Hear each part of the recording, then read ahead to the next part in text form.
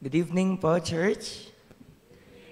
Good evening din po sa ating kapatiran na kasama po natin ngayon na nakasubaybay sa ating online prayer meeting. Inaanyayahan ko po ang lahat na tumayo para po sa pasimula ng ating gawain. Tayo po ay magawitan sa Panginoon, natin pong awitin, Kabanal-banalang Diyos, Holy, Holy, Holy.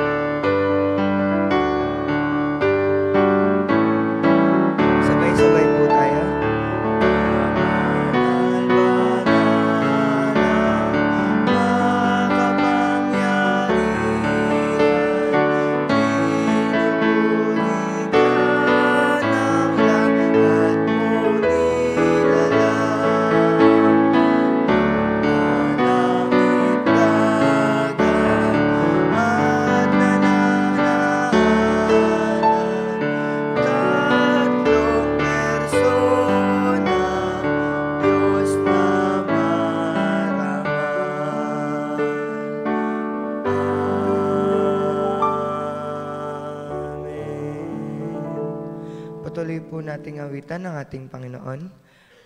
Atin pong awitin, O Haring walang hanggan, come thou Almighty King. Ang unang stanza po ay pangkalahatan, ang pangalawa po ay para sa kalalakihan, ang pangatlo naman po ay para sa kababaihan, at sa huli po ay sabay-sabay po.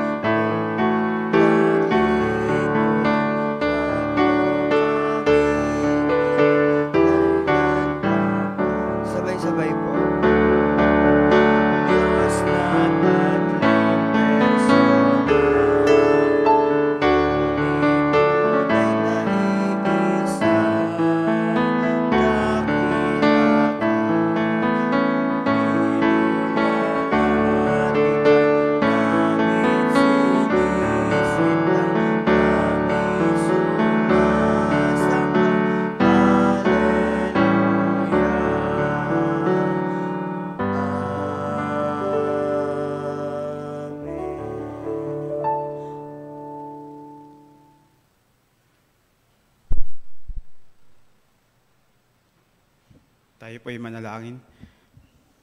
Panginoon, maraming salamat po sa gabing ito. Salamat, Panginoon, sa pagdakong po, Panginoon, sa amin, sa aming bahay-sambahan, upang kami, Panginoon, ay makapanalangin, magpalakasan sa isa't isa. Itaas ang iyong ngalan, Panginoon, at papurihan ka. Salamat, Panginoon, sa buhay na bawat isa. Ikaw, Lord, ang siyang patuloy na kumilos, patuloy na mangusap, at ikaw din ang siyang patuloy na manguna, Panginoon, sa amin.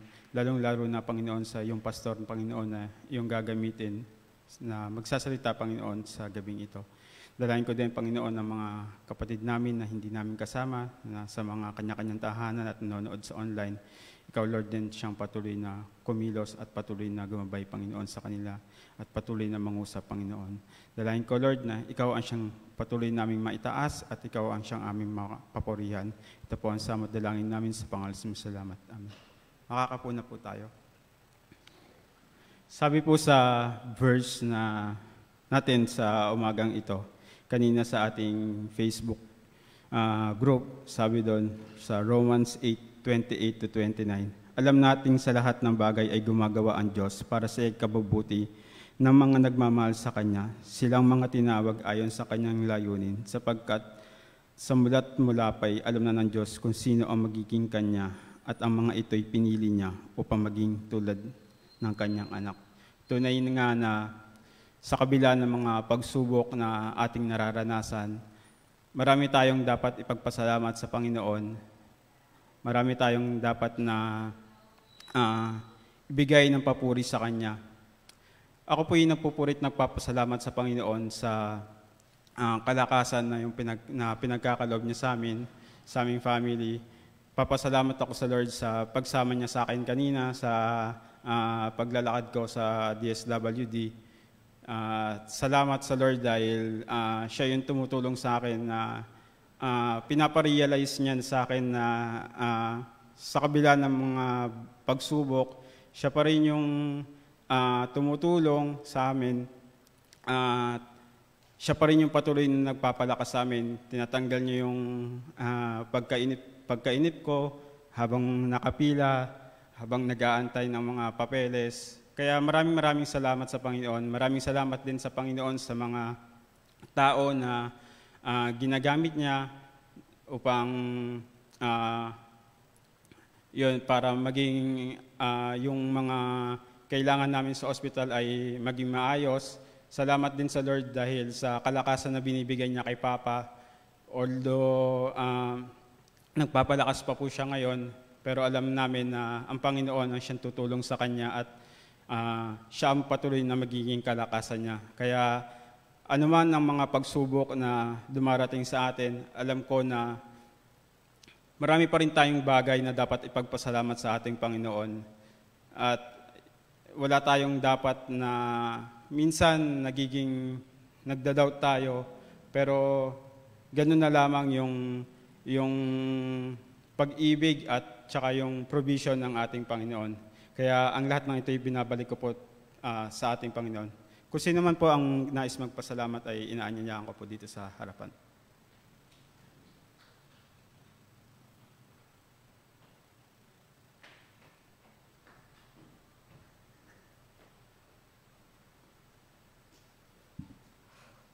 Magandang gabi po sa ating lahat.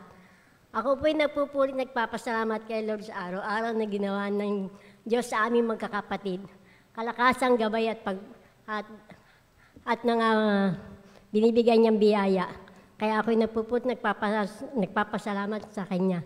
Wala tayo ibang pupurihin kundi ang ating Panginoon. Purihin ang Panginoon.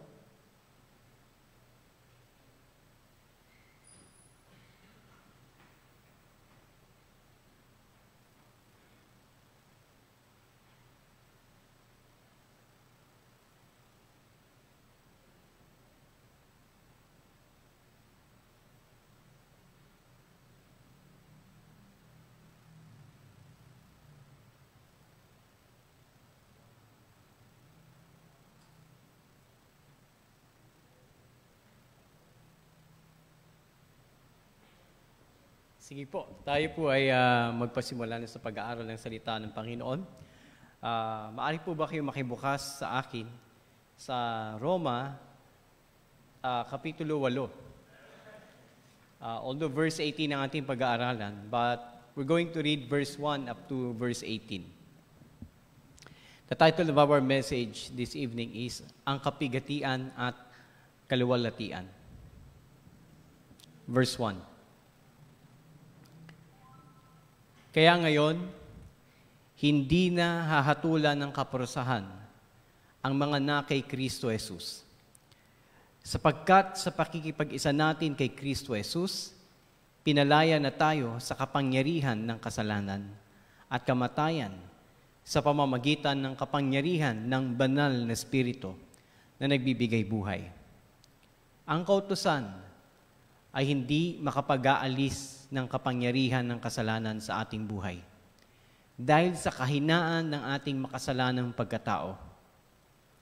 Ang Diyos ang nag-alis nito nang isinugo niya ang sarili niyang anak sa anyo ng isang taong makasalanan upang handog para sa ating mga kasalanan. At sa kanyang pagiging tao, tinapos na ng Diyos ang kapangyarihan ng kasalanan. Ginawa ito ng Diyos para ang ipinatutupad ng kautusan ay matupad nating mga namumuhay sa patnubay ng banal na Espiritu at hindi ayon sa ating makasalanang pagkatao. Verse 5. Sapagkat ang mga taong namumuhay ayon sa kanilang makasalanang pagkatao ay walang ibang iniisip kundi ang nais ng kanilang pagkatao. Pero ang tao namang namumuhay ayon sa banal na Espiritu ay walang ibang iniisip kundi ang nais ng banal na Espiritu. Ang kahihinatnan ng pagsunod sa nais ng makasalanang pagkatao ay kamatayan. Pero ang kahihinatnan ng pagsunod sa nais ng banal na Espiritu ay kapayapaan at buhay na walang hanggan. Verse 7, kalaban ng Diyos ang sinumang sumusunod sa nais ng makasalanan niyang pagkatao dahil ayaw niyang sumunod sa kautusan ng Diyos. At talagang hindi niya magagawang sumunod. Kaya ang mga taong nabubuhay ayon sa kanilang makasalanang pagkatao ay hindi maaaring kalugdan ng Diyos. Pero hindi na kayo nabubuhay ayon sa makasalanang pagkatao, kundi ayon sa patnubay ng Espiritu. Kung totoong nasa inyo nga ang Espiritu ng Diyos. Kung wala sa isang tao ang Espiritu ni Kristo, siya'y hindi kay Kristo. Pero dahil nasa inyo na si Kristo, mamatay man ang katawan ninyo dahil sa kasalanan, buhay naman ang inyong Espiritu dahil itinuring na kayong matuwid ng Diyos. At dahil nasa inyo na ang Espiritu ng Diyos na muling bumuhay kay Jesucristo, siya rin ang magbibigay ng buhay sa inyong katawang may kamatayan. Gagawin niya ito sa pamamagitan ng kanyang Espiritong nananahan sa inyo. Kaya nga mga kapatid, hindi na tayo dapat mamuhay ayon sa ating makasalanang pagkatao. Sapagkat mamamatay kayo kapag namuhay kayo ayon sa inyong makasalanang pagkatao. Pero mabubuhay kayo kung susupilin ninyo ang inyong makasalanang pagkatao sa pamamagitan ng banal na Espiritu. Ang mga taong pinapatnubayan ng Espiritu ng Diyos ay ang mga anak ng Diyos. At ang Espiritu na tinanggap ninyo ay hindi kayo inalipin upang muling matakot. Sa halip, ginawa kayong mga anak ng Diyos. Ngayon, sa pamamagitan ng banal na Espiritu, matatawag na ninyong Ama ang Diyos. Ang banal na Espiritu at ang ating espiritu ay parehong nagpapatunay na tayo'y mga anak ng Diyos. At bilang mga anak, mga tagapagmana tayo ng Diyos at kasama ni Kristo na magmamana ng mga pagpapalang inilaan niya. Sapagkat kung magtitiis tayo kagaya ni Kristo noon, darating ang araw na pararangalan din tayong kasama niya. Verse 18, para sa akin, ang mga paghihirap sa buhay na ito ay hindi maihahambing sa napakagandang kalagayan na mapapasa atin balang araw. Amen. Tayo po'y manalangin. Dakilang Diyos na aming Ama at makapangyarihan sa lahat, Maraming salamat po sa banal na Espiritu na ipinagkaloob mo sa amin na siyang nananahan sa bawat isa na sumampalataya sa aming Panginoong Hesus. At ito ang gumagabay sa amin upang kami ay makapamuhay ng mayroon pong takot sa inyo. Masunod namin ang iyong kalooban. Siya rin ang nagpapaalala sa amin kung ano na kami ngayon at hindi na namin dapat balikan ang dati naming pamumuhay. Siya rin ang nagbigay sa amin ng karunungan upang maunawaan ang inyong mga salita at makita ang mga bagay sa aming paligid sa liwanag ng iyong salita. Ama, dalahin ko po na mas matutunan pa namin, Panginoon, na magtiwala sa inyo, lalo higit sa panahon ng mga pagsubok na dinaranas ng ilan sa amin o ng lahat sa amin. Patnubayan niyo po kami, O Diyos, sa gabing ito at tulungan kami ng inyong salitang maunawaan ang inyong kalooban. Maraming salamat, Ama. Ito po aming panalangin sa pangalan ni Jesus. Amen. Anong salita ang madalas inuulit sa talatang ating nabasa? Walang iba kundi ang banal na Espiritu. Maliwanag na mula sa verse 1 hanggang verse 18, makikita natin yung ministry ng Holy Spirit o yung gawain ng banal na Espiritu sa buhay ng isang mananampalataya. In verse 2, kung inyo pong nabasa, ang banal na Espiritu ang nagpalaya sa atin sa kapangyarihan ng kasalanan. Nung dati hindi pa tayo mananampalataya, tayo ay alipin ng kasalanan. Nasa ilalim tayo ng kapangyarihan ng kasalanan. Kung bakit tayo nagkakaroon ng bisyo, kung bakit mas gusto natin makipag-away, kung bakit ang salitang namumutawi sa ating mga bibig ay mga pawang, mga malalaswa at mga pagmumura, ito ay dahil wala pa tayong pagkakilala sa Panginoon. Wala pang banal na Espiritu na kung saan nag-alis sa atin sa pagkakaalipin sa kasalanan. Ngunit kung tayo nakakilala sa Panginoon, tayo ay nagkaroon ng banal na Espiritu sa ating buhay at ang sabi ng Biblia sa verse 2, pinalaya na tayo sa kapangyarihan ng kasalanan. Kung bakit merong life transformation sa buhay ng isang mananampalataya, it is because of the work of the Holy Spirit in our lives. Ikalawang bagay na sinabi sa atin is yung binigyan tayo ng kapangyarihan sumunod sa kalooban o pinag-uutos ng Diyos. Dati po, nung tayo ay namumuhay sa kasalanan o alipin ng kasalanan, wala tayong kakayanan sundin ang kalooban ng Diyos. Hindi tayo marunong manalangin, ang sabi ng Bible, at hindi natin gusto pumunta sa gawain katulad nito. Pero ngayon na tayo ay pinananahanan ng banal na Espiritu, hindi ka na dapat hatakin pa sa bahay-sambahan para sumamba sa Panginoon. Because the Holy Spirit will be the one to convict you that you go to the house of the Lord. The Holy Spirit will remind you that it's Wednesday tonight and it's Sunday morning, you should be in the house of the Lord.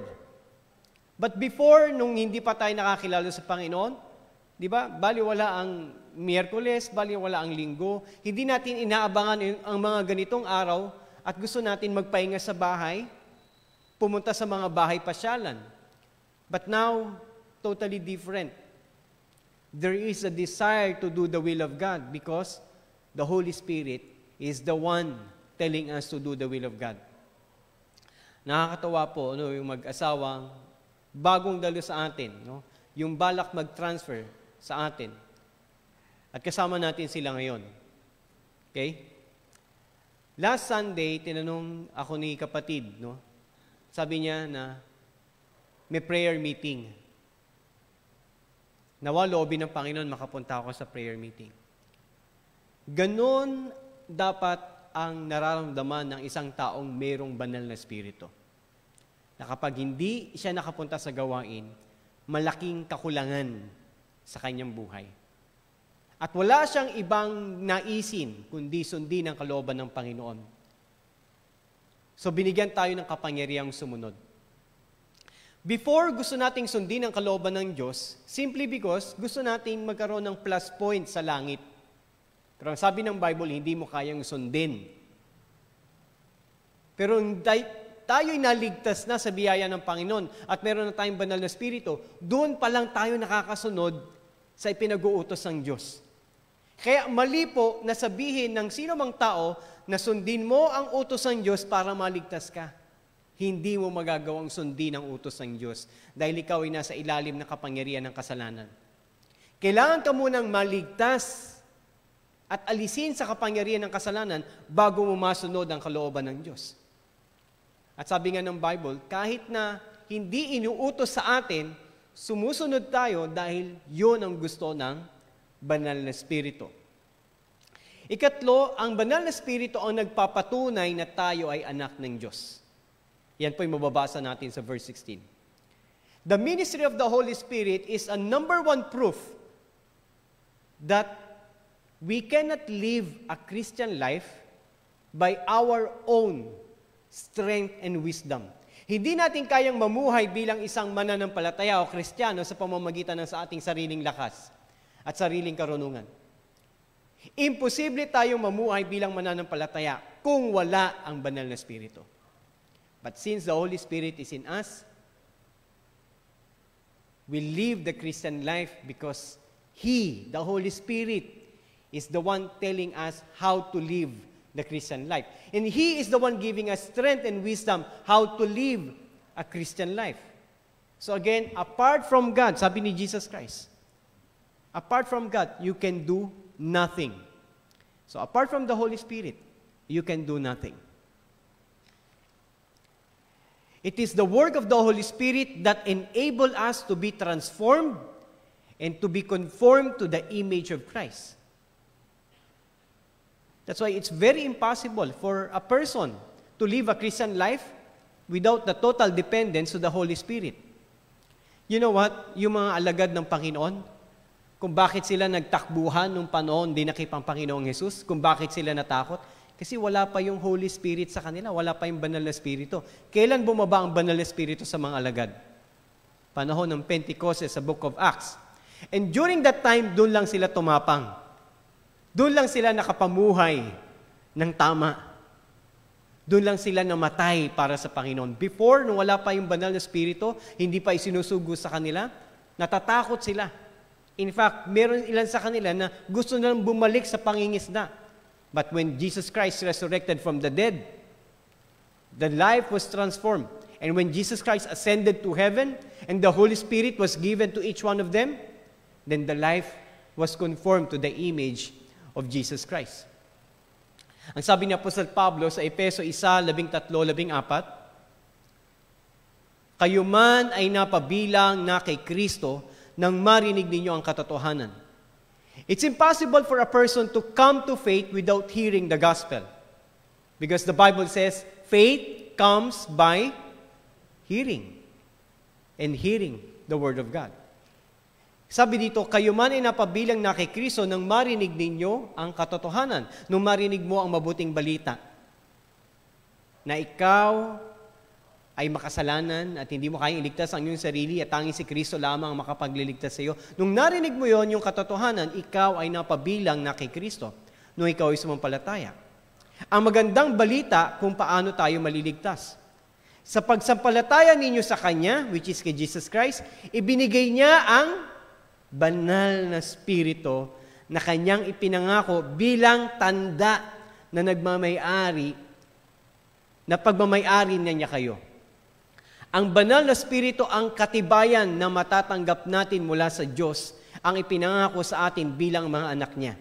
Hanggang sa matanggap natin ng lubos ang kaligtasan at dahil dito pinapupurihan natin siya. Now, I just want to emphasize here that the Holy Spirit is the seal. Alam niyo po yung seal? Yung tatak, yung selyo na ikaw ay pagmamay-ari ng Diyos. Hindi ka na pagmamay-ari ng jamblo.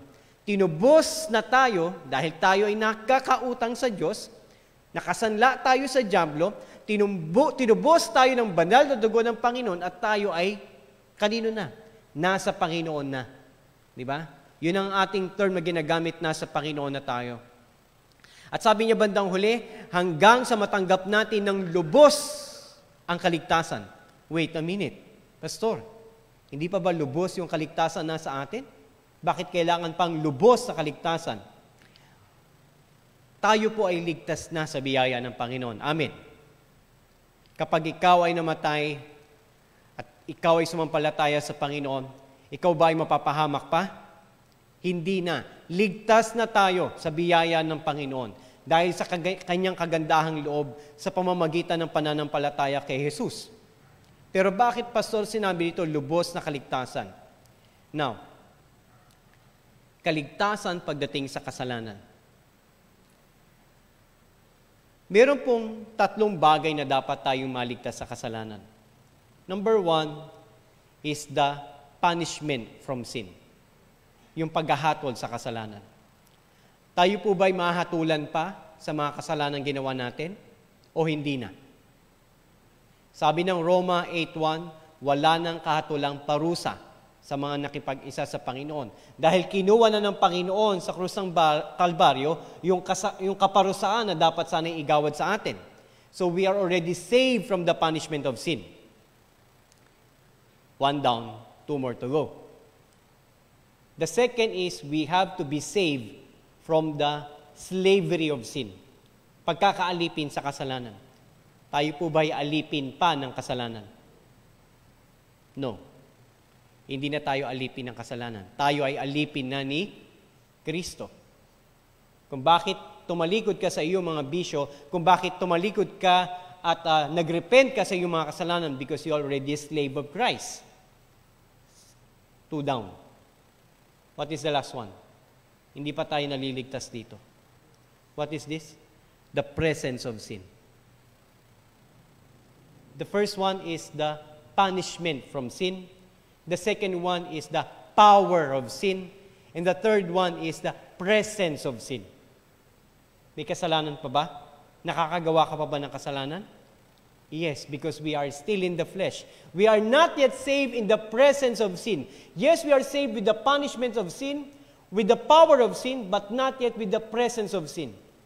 Because we are still in this mortal body. When we will be saved from the presence of sin? Kapag namatay na tayo. Or dumating ang Panginoon. Baguhin niya itong katawang nabubulok, bigyan ng bagong katawang, hindi nabubulok or yung glorified body.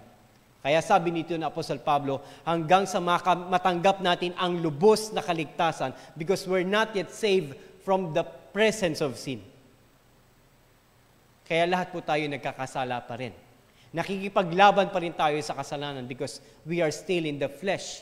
And the sin is still present here in this mortal body. So malulubos ang kaligtasan natin pagdating ng Panginoon. At sino yung bibigyan niya ng glorified body? Those people who have the Holy Spirit. And that is the mark. And that is the seal. If the person does not have the Holy Spirit, hindi niya marireceive ang glorified body. Siya ay mapaparusahan. Pero sabi ng Bible, bakit ba tayo nakatanggap ng Banal na Espiritu? Nung tayo ay sumampalataya kay Jesus. So ang Banal na Espiritu ang selyo. Kaya imposible sa taong pinananahanan ng Banal na Espiritu na tumalikod pa sa pananampalataya. Imposible po yan. Kasi kung meron ka ng Banal na Espiritu, hindi ka na makakaalis doon sa pagkakaalipin kay Kristo. Siya na ang nagmamay-ari sa iyo. Binili ka na niya. Pagmamay-ari ka na ng Diyos. Kaya hindi po tayo naniniwala na kapag mananampalataya ka, tapos pwede ka pang masaniba ng masamang espiritu. Hindi na po pwede yun. Greater is He that is in me than he that is in the world. There was a time na merong youth camp na dapat pang church, pero merong sinapian ng masamang espiritu. It means that person is not yet a believer. Kaya wala na rin pong kapangyarihan sa atin ang kulam. And any works of the evil spirit ay wala na sa ating, hindi na tayo pwedeng mag-suffer. Okay? Hindi na tumatalab sa atin yun. Okay? Kaya dapat mga mananampalataya, hindi na rin kayo naniniwala sa usog. Okay? So yung mga bagay na yan ay mga gawa ng evil spirit, but since we have the Holy Spirit, wala na yun sa atin. So maglakad ka dyan, huwag ka nang magtabi-tabi po. Dahil hindi yun totoo. At kung totoo man, those evil things have no power over you because you have the Holy Spirit. So again, ito yung selyo, ibig sabihin, hindi na tayo maalis sa kamay ng Panginoon. Hindi maaring tumalikod ang isang taong pinananahanan ng Banal na Espiritu. Di ba, mayroong ilang mga nagsasabing mananampalataya na, hindi, dati na yung mananampalataya, nag-backslide lang. It only means he is not a believer. Because once you are a believer, you will be forever a believer. Why? Because being a believer is the work of the Holy Spirit, it's the work of God, not our works. Hindi tayo ang mag-iingat para hindi tayo maalis. Ang Diyos ang mag-iingat sa atin para hindi tayo manakaw. Bagaman meron tayong banal na espiritu, maaari pa rin tayong manghina spiritually. Di ba kayo nakakaranas minsan ng panghihinawa? Manghihina tayo spiritually simply because we give in to the flesh. Pero walang tunay na mananampalataya na hantong sa pagtalikod. Maaari ka manghinawa, maaari ka ma-discourage, pero hindi yan nahantong sa pagtalikod sa Panginoon. Maaari tayong madaya panandalian, pero walang tunay na mananampalataya na maliligaw. Maliligaw pa matapos siyang hanapin ng dakilang pastol. Nakakilala ka sa Panginoon, and after a while, dumalo ka sa isang gawain, sabihin natin isang kulto, o sabihin natin Iglesia ni Cristo na hindi kumikilala kay Kristo, at biglang naging Iglesia ni Kristo. Ibig sabihin ng taong yun, hindi niya naunawa na mabuting balita at kailanman na hindi siya tunay na mananampalataya. Dahil walang tunay na mananampalataya na maliligaw. Maaari ka madaya, panandalian, pero hindi ka maliligaw. Kung tayo ay nahanap na ng dakilang pastol, hindi niya na tayo hahayaang maligaw pa. John 10:28-30, sabi ng Biblia, sabi ni Jesus Christ, binibigyan ko sila ng buhay na walang hanggan. Ang buhay na walang hanggan ba, pagtatrabahuan natin o bibigay sa atin? Hindi po yan kayang pagtrabahuan. Ang buhay na walang hanggan ay kaloob ng Diyos, regalo ng Diyos sa mga taong sumampalataya kay Jesus. Binibigyan ko sila ng buhay na walang hanggan at kailanman hindi sila mapapahamak. Walang makakaagaw sa kanila sa aking kamay. Kahit pa ang makapangyarihang dyablo, hindi sila kayang agawin. Ibinigay sila sa akin ng Ama na higit na makapangyarihan sa lahat. Walang makakaagaw sa kanila mula sa kamay ng aking Ama. Mula sa kamay ni Kristo, hindi tayong agawin. Mula pa rin sa kamay ng Ama, hindi tayong kayang agawin. Ako at ang Ama ay iisa. Ano ibig sabihin ng ako at ang Ama ay iisa? Based on this context, hindi sinasabing iisang persona. Iisa ang layunin sa pag-iingat sa mga mananampalataya. Kung babasahin mo, doon sila nagkakaisa sa pag-iingat sa mga taong sumampalataya kay Jesus na hindi sila maagaw ng kaaway. Sabi ni Kristo, walang makakaagaw sa aking mga kamay. Walang makakaagaw sa kamay ng Ama. Kaya kaming dalawa ay iisa. Iisa kami ng layunin sa pag-iingat sa mga mananampalatayang ito. Walang makapaghihiwalay sa atin, mga kapatid, sa pag-ibig ng Panginoon, kahit ang mga kasalukuyang paghihirap na dinaranas natin. Hindi tayo ahantong sa paglayo sa Panginoon at pagtalikod sa Kanya. Ayoko na dyan. Ayoko na maging Kristiyano. Kasi buhat na naging Kristiyano ako, dumami ang problema ko. Ibig lang sabihin, kapatid, hindi mo naunawaan ang pagiging Kristiyano. At hindi ka tunay na sumasampalataya. Kasi ang tunay na sumasampalataya sa Panginoon, hindi siya kayang ilayo kahit namang mabibigat na problema. Nakakalungkot, no? Meron mga nagsasabing mananampalataya, pag may problema, nawawala. Do you understand who is the source of your strength? Di ba dapat pag may problema, ano gagawin mo? Lalapit ka sa Panginoon. Pupunta ka sa mga kapatiran. Hindi pwedeng sabihin, Pastor, saka na lang po ako mag-church. Kasi marami pa akong problema. Kapatid, never ka makakasurvive sa problema mo if you will not go in the presence of God, kung lalayo ka sa Panginoon. Bagamat ginagamit ng kaaway yung mga pagsubok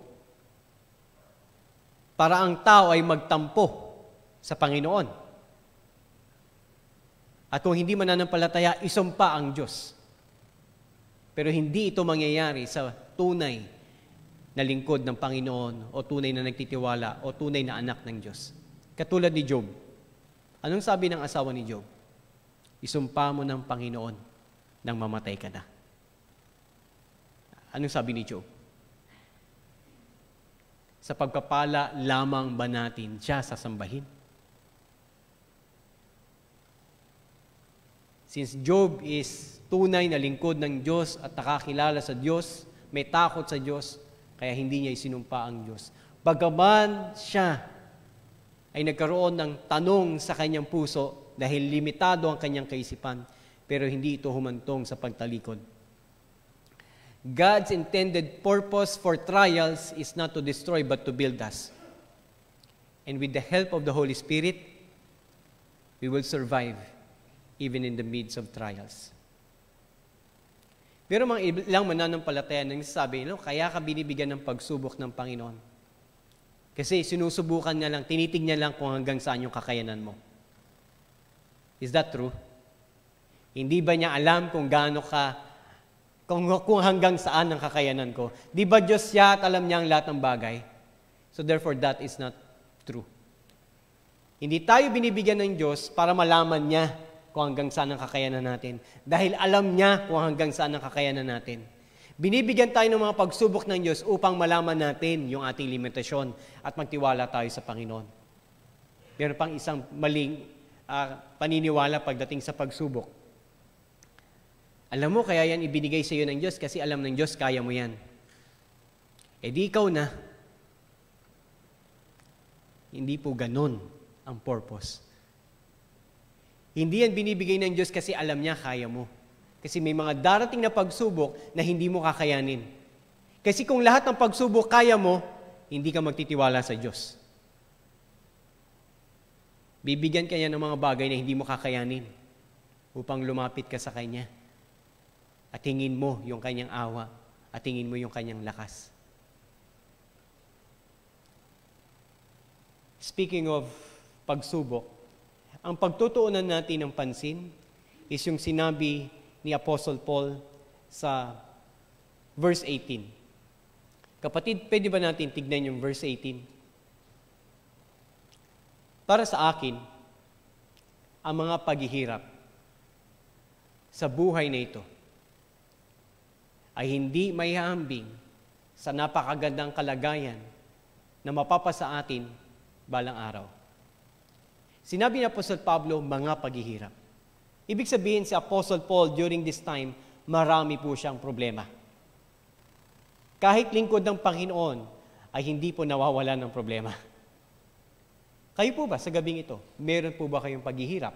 Meron ba kayong kapigatian? Meron ba kayong pagsubok na dinaranas? Last week, dumalaw ako sa isang kapatid natin at ang kanyang asawang lalaki ay mayroong karamdaman. Payat na payat. Halos sumuko na, gusto nang i-give up yung kanyang buhay at ayaw na magpatingin sa ospital. Nahirapan itong kapatid nating babae dahil siya yung mananampalataya at yung asawa niya ay hindi pa mananampalataya.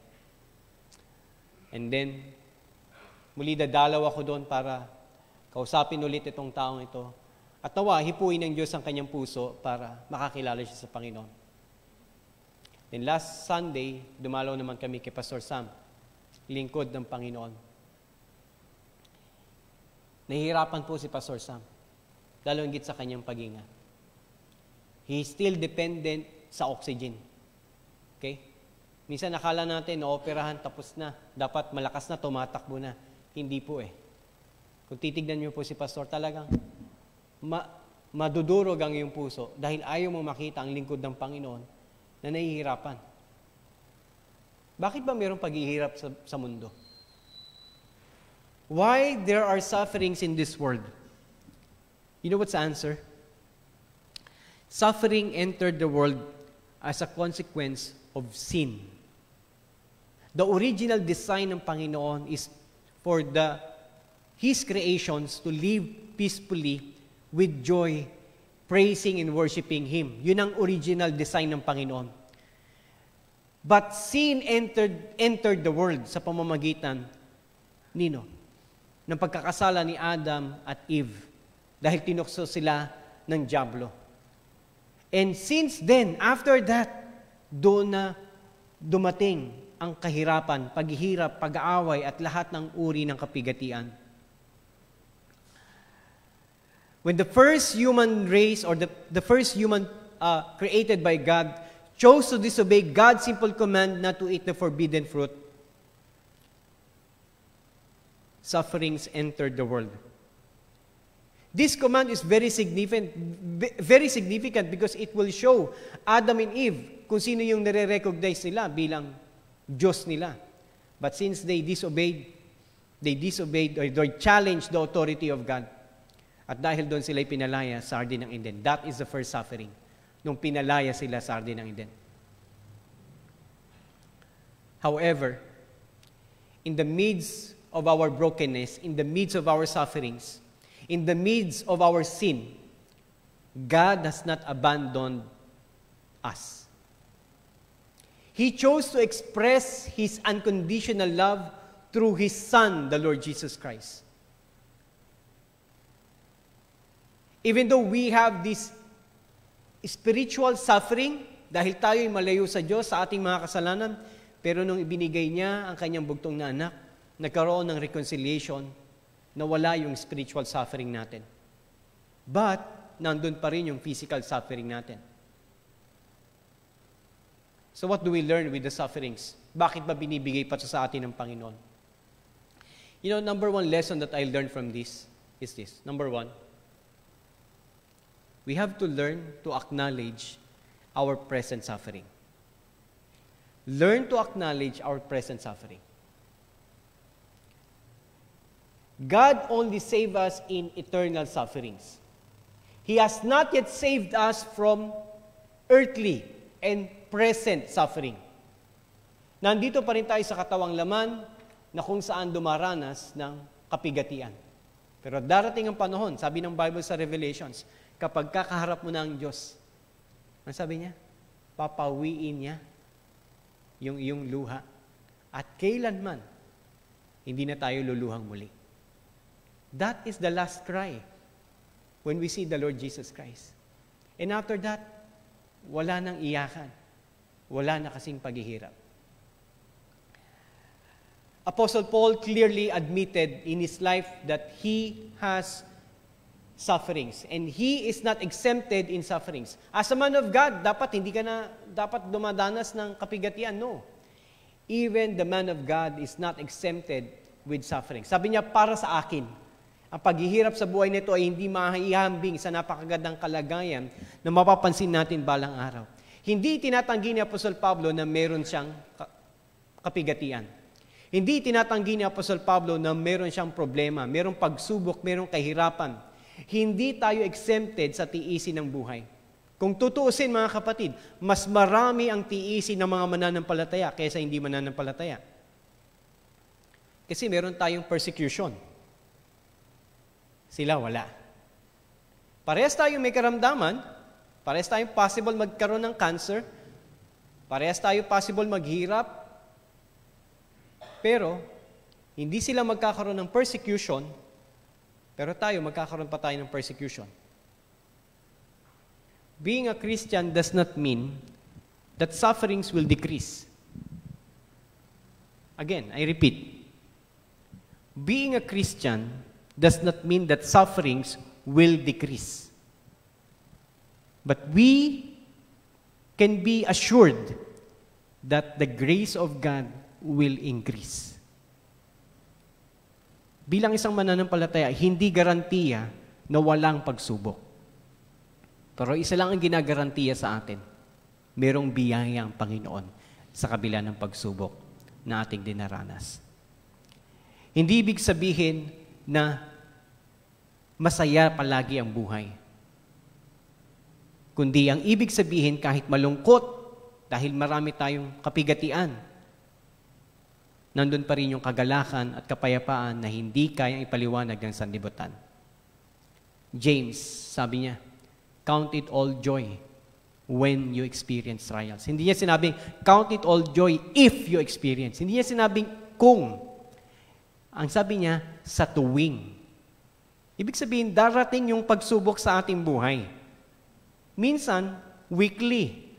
Minsan, daily. Minsan, hindi pa tapos yung isa, mayroon pa ulit kasunod. Parte yan ng ating buhay. Therefore, we have to acknowledge.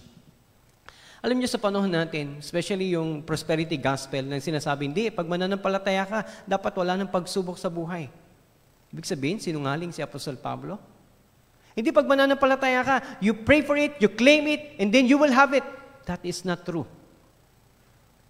Don't you know that Apostle Paul prayed also na tanggalin yung kanyang karamdaman, but what's the answer of God? No. In your weakness, I am glorified. Naitataas ako sa iyong kahinaan, so hindi ko tatanggalin ang iyong karamdaman, yung kanyang karamdaman sa mata. Again, acknowledge our sufferings. Kasi alam niyo, kung hindi natin i-acknowledge, you will be surprised. At sasabihin mo, ganito ba ang buhay mananampalataya? Puro pagsubok? Sabi ng Bible, if you're a believer, mapalad yung inuusig. If you're a believer, you are identifying yourself to Jesus Christ. Si Jesus Christ ba, nung nandito sa lupa, walang pagsubok? Napakaraming pagsubok. Napakaraming gustong pumatay sa Kanya dahil sa Kanyang pagtuturo, dahil sa Kanyang pag-rebuke. Pero there is joy kahit nandun yung pagsubok. Amen? Yun yung bagay na hindi mawawala sa atin.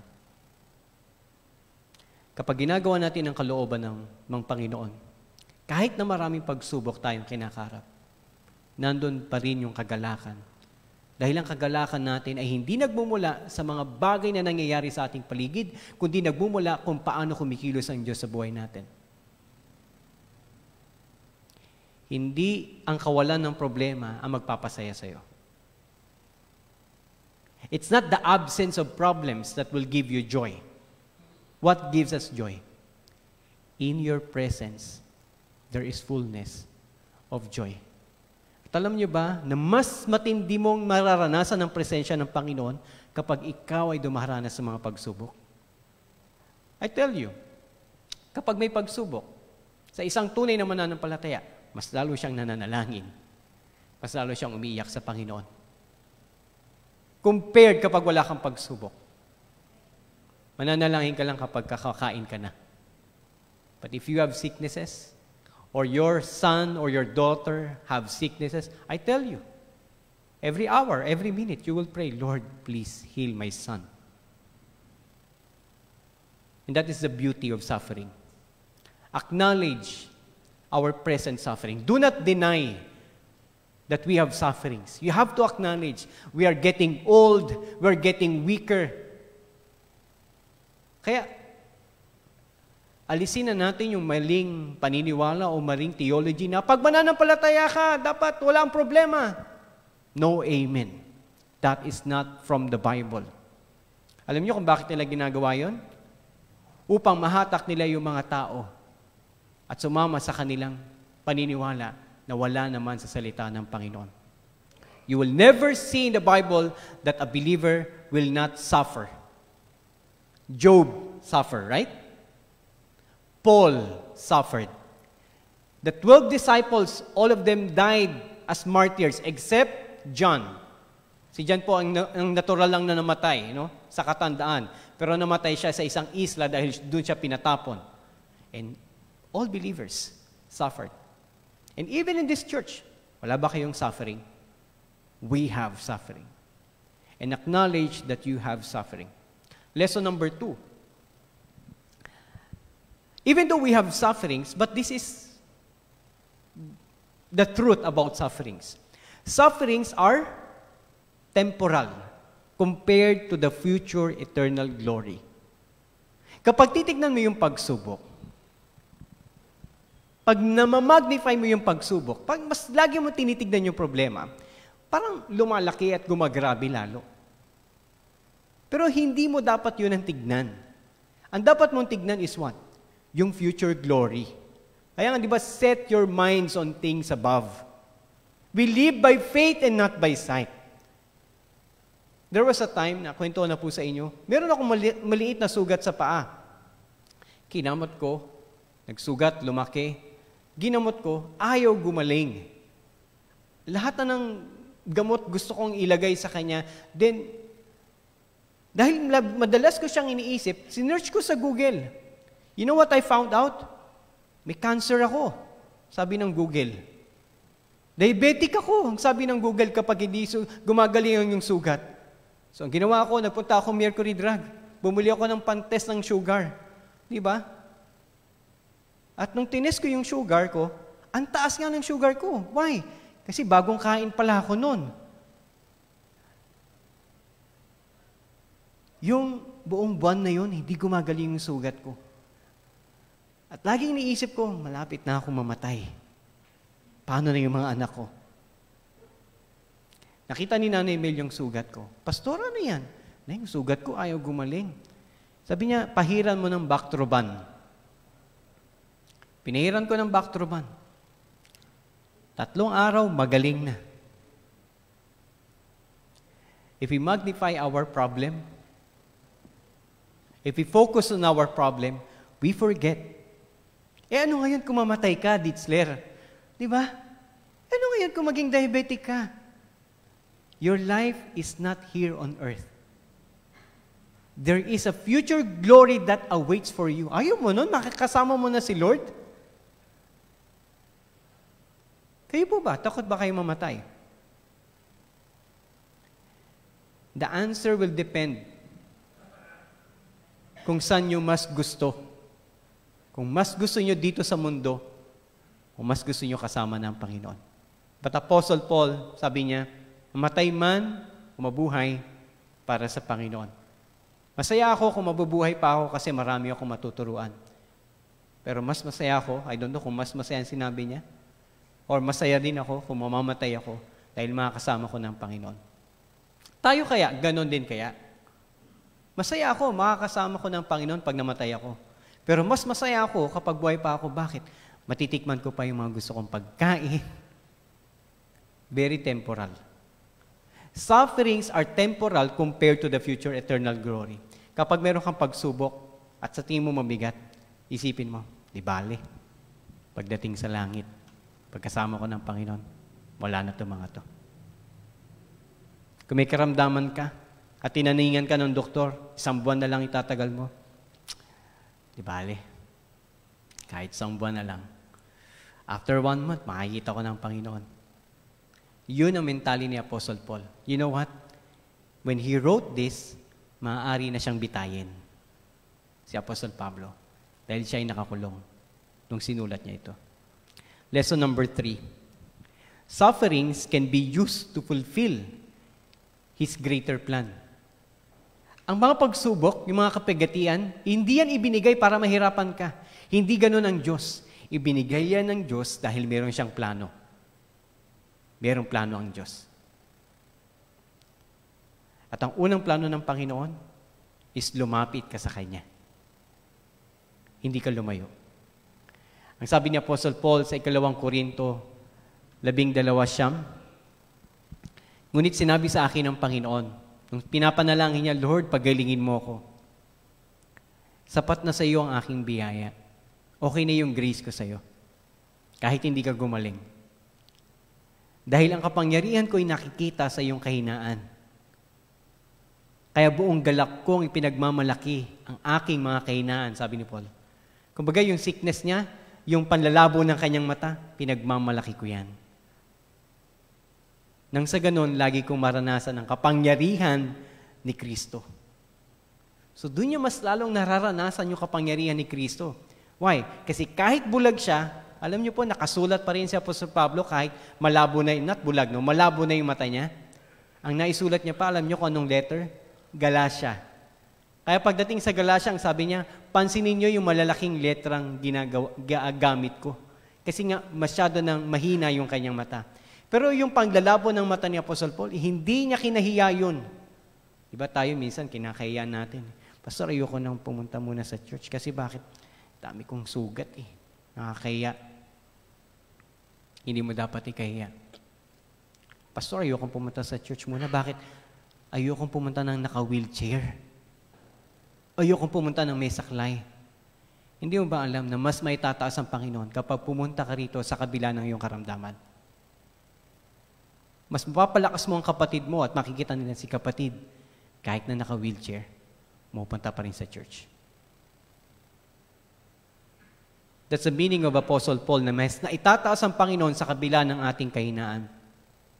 You know, we may not understand sometimes kung bakit meron tayong trials, but we must trust. We must trust God. Why He permitted trials. God has a higher purpose why we have suffering. We have a sister na naging survivor sa cancer. Cancer survivor siya. At yung time na binigyan siya ng cancer, o nagkaroon siya ng cancer, hindi siya nagtanong sa Panginoon at hindi siya nagtampo sa Panginoon.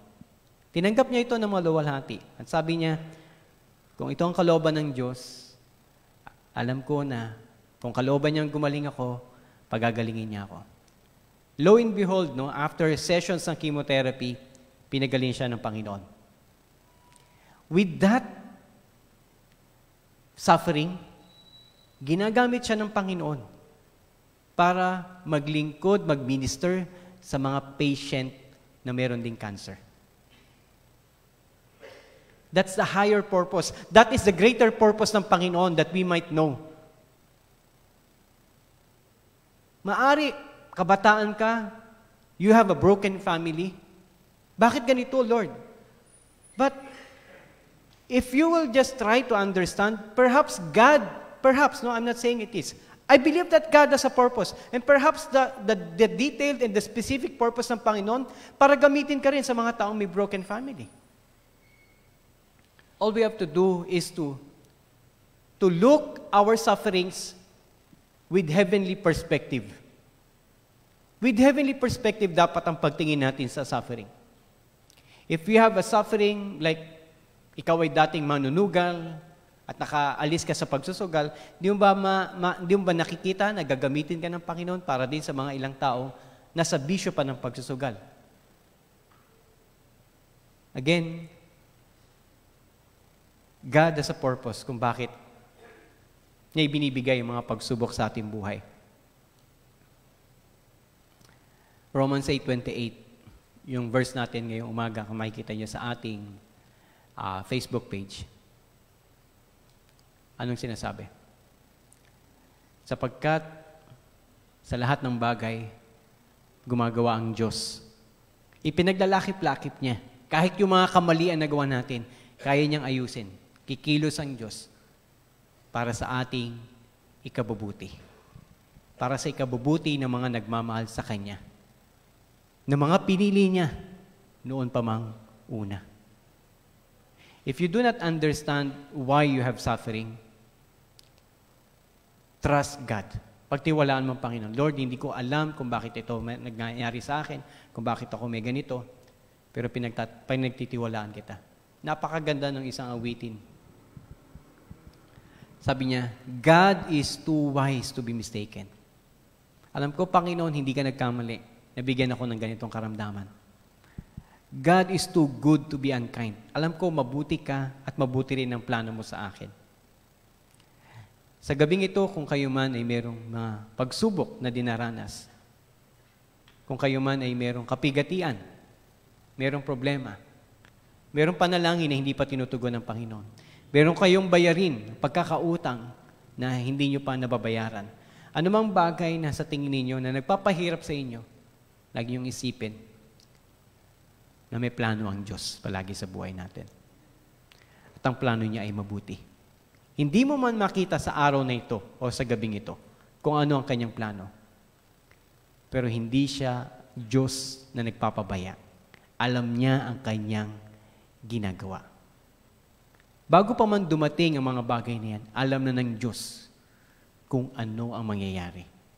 Dahil siya ang nagtakda ng lahat ng bagay para sa ikabubuti ng kanyang mga hinirang. Para sa ikabubuti ng mga sumasampalataya sa Kanya. At kung ikaw ay sumasampalataya sa Panginoon, sabihin mo sa katabi mo, may plano ang Diyos.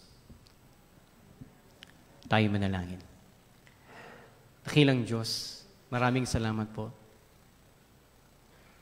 Dahil meron kang mabuting plano sa amin sa kabila ng mga paghihirap, pagtitiis na aming dinaranas. Tunay nga, Panginoon, na hindi kami exempted sa problema. Niloloob mo, Panginoon, pinapahintulutan mo, dumanas ng problema, maging ang iyong mga anak, upang kami ay mas lumapit pa sa inyo at magtiwala po sa inyo.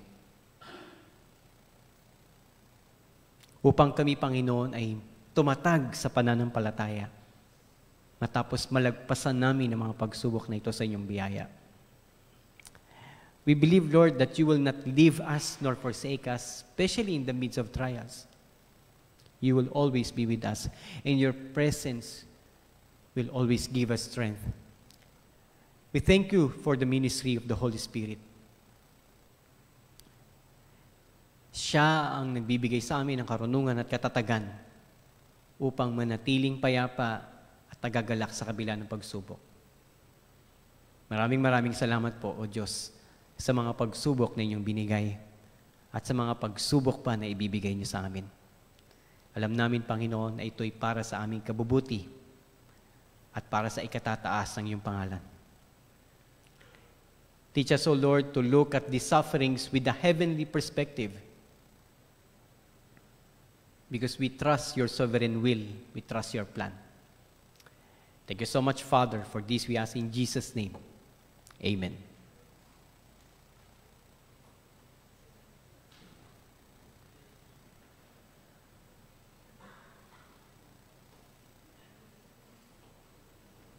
Natawagan ko po ang mga usheret para likomin po ang ating mga kaloob at kapo.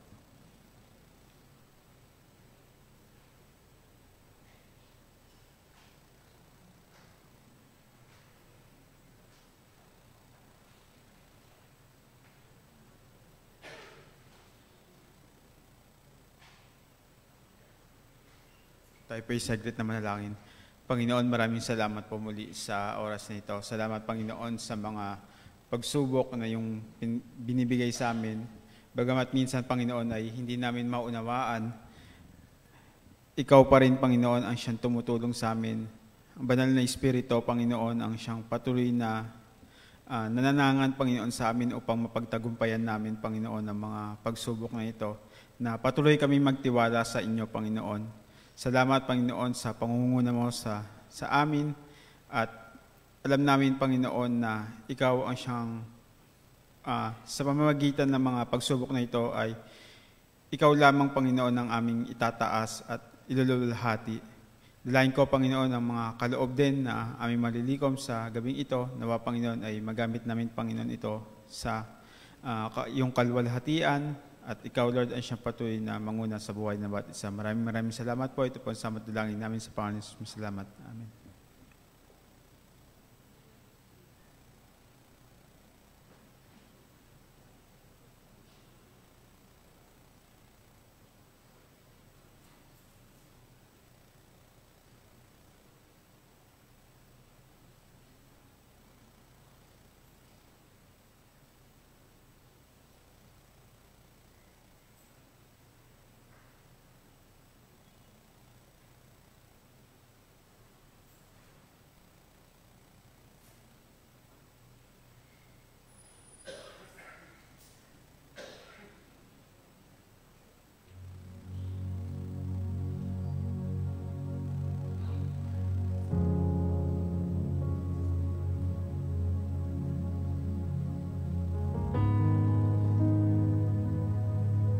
Tunay na ang salita ng Diyos ay nagpapabuti sa atin at nagpapakita sa atin kung gaano tayo may malaking pangangailangan sa pagkilos at pagtitiwala sa Panginoon. Kaya ngayong gabi, nais ko pong kayong anyayahan sa ating panalangin. Samahan niyo po ako na ipagtiwala po natin ang mga panalangin po na ating idinudulog sa Diyos. Ang mga kapatid po natin na merong karamdaman, mga kapatid po natin na until now they are in the process of healing at pagpapalakas ng kanilang pangangatawan from the previous sickness that they have. At gayon din po, sama na rin po natin sa panalangin maging ang mga concern ng ating iglesia. Tayo pong lahat ay yumuko at manalangin. O Diyos na naghahari sa sanlibutan, nakaupo sa trono ng kabanalan, makapangyarihang Diyos, pinupuri ka namin, O Diyos. Pinupuri ka ng lahat ng nilalang, lahat ng mga anak mo na sa oras na ito ay dumadako sa oras ng pananalangin. Pinapupurihan ka namin, Panginoon, at sinasamba sa dakila mong pag-ibig at kagandahang loob. Maraming salamat dahil ang lahat ng mga bagay sa mundong ito, katulad ng iyong sinabi sa iyong salita, ay pinaglalakip-lakip mo, O Diyos, para sa ikabubuti ng mga nagmamahal sa iyo. Maraming salamat dahil sa lahat ng pinagdaraanan namin, sa lahat ng mga kabigatan at pagsubok, Panginoon, na kinakaharap ng bawat isa. Maraming salamat dahil hindi mo kami iniiwan. Hindi mo kami kinakalimutan, O Diyos. Ang iyong mga kamay ay patuloy na aming kaagapay sa bawat hakbang at pagharap namin, O Diyos, sa mga problemang ito. Maraming salamat. Tunay nga ng iyong puso ay mabuti. Tunay na ang iyong mga kamay, Panginoon, ay makapangyarihan. Ama, sa oras na ito ay patuloy din naming inilalapit ang aming mga panalangin. Dinggin mo, O Diyos, ang taimtim na panalangin po namin ngayong gabi. Sa mga kapatid, sa iyong mga anak, O Diyos, na kung saan ay dumudulog sa pananalangin. Bawat isa sa kanila, Panginoon, ay patuloy naming inilalapit sa iyong mahabaging trono. Itinataas ang kanilang buhay sa iyong mapagpalang kamay. Aming Tatay Fred, nalangin po namin ang isang mabuti at maayos na kalusugan po para sa kanya. Nawa, Panginoon, ay patuloy mong kalingain siya sa oras ng kanyang sa oras na siya ay nanghihina o napanghihinaan. Kayong patuloy na magbigay sa kanya ng kalakasan. Kayo rin, O Diyos, ang maging pag-asa at kanlungan ng pamilya ng aming Tatay Fred at Nanay Presi. Alam po namin na hindi rin biro, Panginoon, ang pinansyal na kanilang pangangailangan. Kaya, O Diyos, kami po ay nagsusumamo sa inyo na kayo po ang maging pagmumulan ng kanilang mga pangangailangan. Na kayo, O Diyos, ang magbuhos ng lahat ng kanilang pangangailangan sa pang-araw-araw, lalo na sa kanilang gamutan. Gayun din, itinatas din po namin sa iyo, O Diyos, ang aming Doktora Lisa. Ingatan mo siya, O Diyos, sa kanyang mga gawain at patuloy na gamitin ang kanyang buhay at patotoo kung paano, Panginoon, sinamahan siya sa gitna ng mga karamdaman ng kanyang pinagdaraanan. At sa period na ito ay patuloy na nagpapalakas, ngunit nagpapatuloy pa, Panginoon, ang kanyang buhay sa pagpupuri at pagsamba sa iyo. Gamitin mo, Panginoon, ang kanyang mga gawain upang mas lalong mapapurihan ka, Panginoon, sa kanyang buhay. Tinatas din po namin sa iyo ang aming Kuya Deng, hindi po ang aming Ate Lani. Patuloy niyo po silang gabayan sa araw-araw. Ilayo sa mga bagay na kung saan ay mag-hamper o magpapahinto ng kanilang kalakasan, O Diyos. Dalangin po namin ang maayos na kalusugan po para sa kanila araw-araw. Lalo na't ang kanilang mga gawain sa tahanan ay nangangailangan, Panginoon, ng oras at panahon, O Diyos. Lalo na sa pagbabantay at pangangalaga nila sa mga mahal nila sa buhay. Katulad po ng aming Nanay Tinding, kanilang pong sambahayan. Ama, samahan niyo po ang mga kapatid po namin na ito. Kayo po ang patuloy na maging kalakasan at maging kanlungan nila sa araw-araw. Lord, dalangin ko rin po sa iyo ang aming Ate Michelle Boricano. Kayo, Panginoon, ang patuloy na kumalinga sa Kanya, tumulong sa Kanya, lalo na sa period na ito na siya ay dumadaan sa mga gamutan para yung kanyang kondisyon sa kanyang thyroid ay gumaling, Panginoon. Nawa gamitin mo ang buhay ng mga doktor at mga gamot na ito upang mas mapabilis, O Diyos, ang paggaling niya mula sa karamdaman na ito. Dalangin rin po namin sa iyo, O Diyos, ang aming Kuya Gilbert Ilagan. Bigyan niyo po siya, Panginoon, sa period na ito ng kanyang buhay na ang kanyang mata ay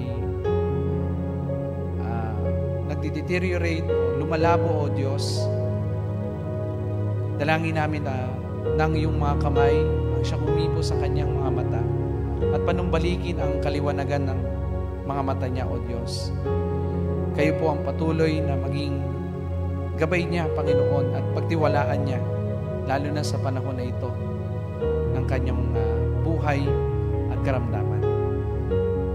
Ngayon din po, tinatas din po namin sa iyo ang aming Ate Geraldine Panlilio. Patuloy pong hinihiling po namin at pinagsusumamo, O Diyos, ng kagalingan at recovery, Panginoon, sa kanyang naranasang karamdaman.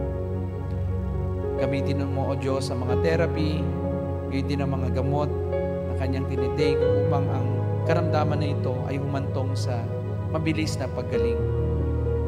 We also pray for your provision and sustenance po sa kanya, hindi lang sa financial na aspeto, kundi maging sa physical.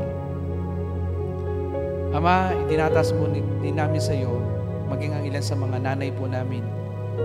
Aming Nanay Pilipa sa kanyang eye condition, aming Nanay Seni Aguila sa kanyang heart condition, aming Nanay Seni Leander sa kanyang health condition, aming Ate Julie Andaya, kaya hindi po sa kanyang health condition, ang aming Ate Moring Francisco sa kanyang vertigo, aming Nanay Rosie Basco ay patuloy rin namin itinata sa iyo.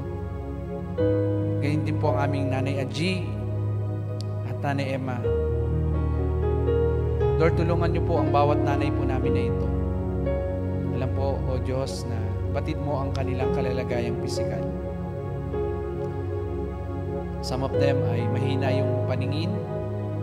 Some of them, Panginoon, ay may pain. Sa bawat araw, Panginoon, na nararamdaman nila yung epekto ng karamdaman sa kanilang katawan. Lord, tulungan niyo po sila.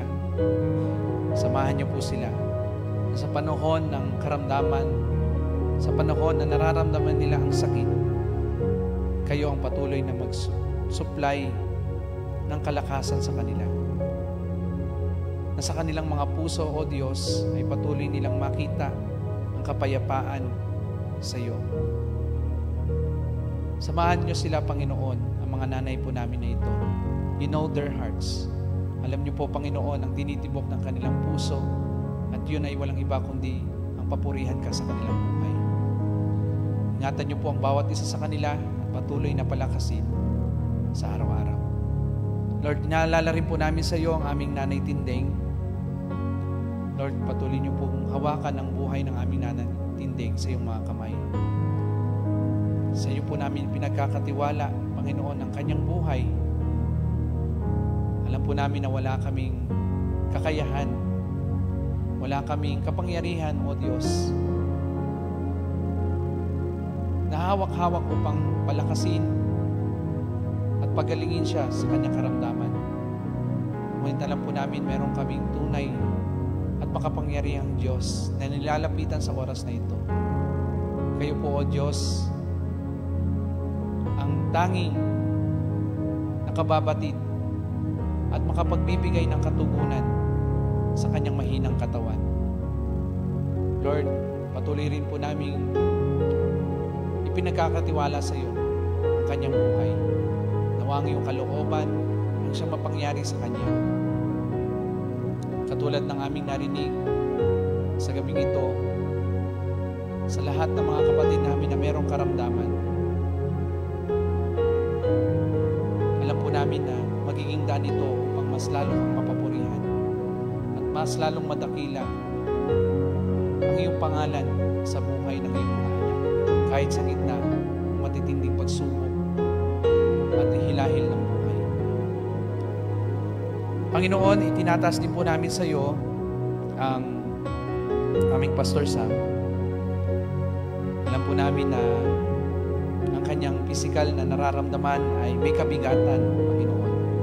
Lalo na sa mga procedure na kanyang pinagdaanan. Hindi ito biro, O Diyos. Wala man kami sa posisyon, Panginoon.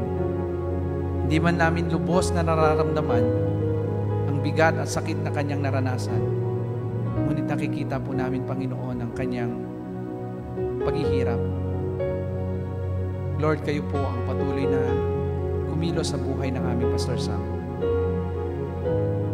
Kayo po ang maging kagalingan niya. Kayo po ang maging kapayapaan. Kayo po ang maging kapanatagan niya. At lalong higit, kayo ang maging source ng lahat ng kanyang pangangailangan.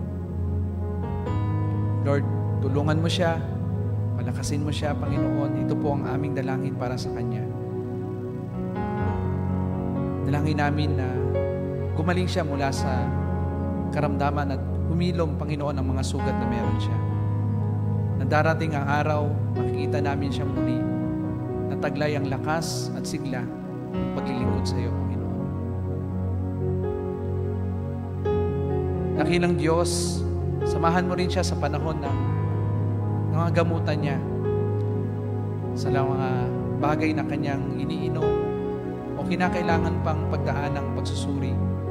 Dalangin ko, O Diyos, na kayo ang maging kagaanan niya, Panginoon, at maging kasiguraduhan na kayo ang lagi niyang kaagapay. Kayo ang laging kasama niya, Panginoon. Lord, dalangin ko rin po sa iyo ang kanyang family members na nagbabantay, nag-aalaga. Gayon din, Panginoon, sa mga naglalakad ng mga documents upang yung mga kinakailangan pang i-accomplish na dokumento, Panginoon, ay matapos. Lord, dalangin ko ang bawat isa sa kanila ng kalakasan. Dalangin ko, O Diyos, na kayo po ang lubos na magbigay din sa kanila, Panginoon, ng lakas at kapayapaan sa puso. Na darating ang panahon ng lahat ng ito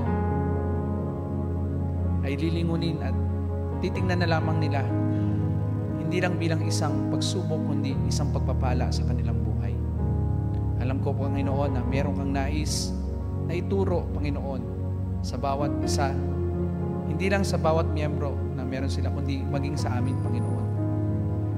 Samahan niyo po ang bawat kapatid, gayon din ang mga miyembro ng pamilya na meron kami sa iglesyang ito. Hindi mo man namin sila mabanggit isa-isa, O Diyos, ngunit alam mo at nakikita mo, Panginoon, ang kanilang pangangailangan sa panahon na ito. Muli, O Diyos, pinagtitiwala po namin sa iyo ang lahat ng panalangin na ito. Batid namin, Panginoon, na bago pa man namin sambitin ito, ay meron ka ng katugunan. Ngunit nais namin ipahayag ito ng aming mga labi upang maipakita at maipahayag ng aming puso kung gaano kadakila ang Diyos na aming pinagtitiwalaan, na aming pinananampalatayanan, na makita ng mga tao sa paligid namin that you are a great and a gracious God, Panginoon. Lord, samahan niyo rin po ang aming ang iglesyang ito, ang Barrio Obrero Baptist Church, mula sa mga pastor, sa mga leaders, hanggang sa mga miyembro, Panginoon. We are lifting up to you ang bawat isa, Panginoon, na bumubuo at iniligtas mo, Panginoon, sa lugar na ito. Ang bawat miyembro at manggagawa mo, Panginoon, ay patuloy kong itinataas sa iyo.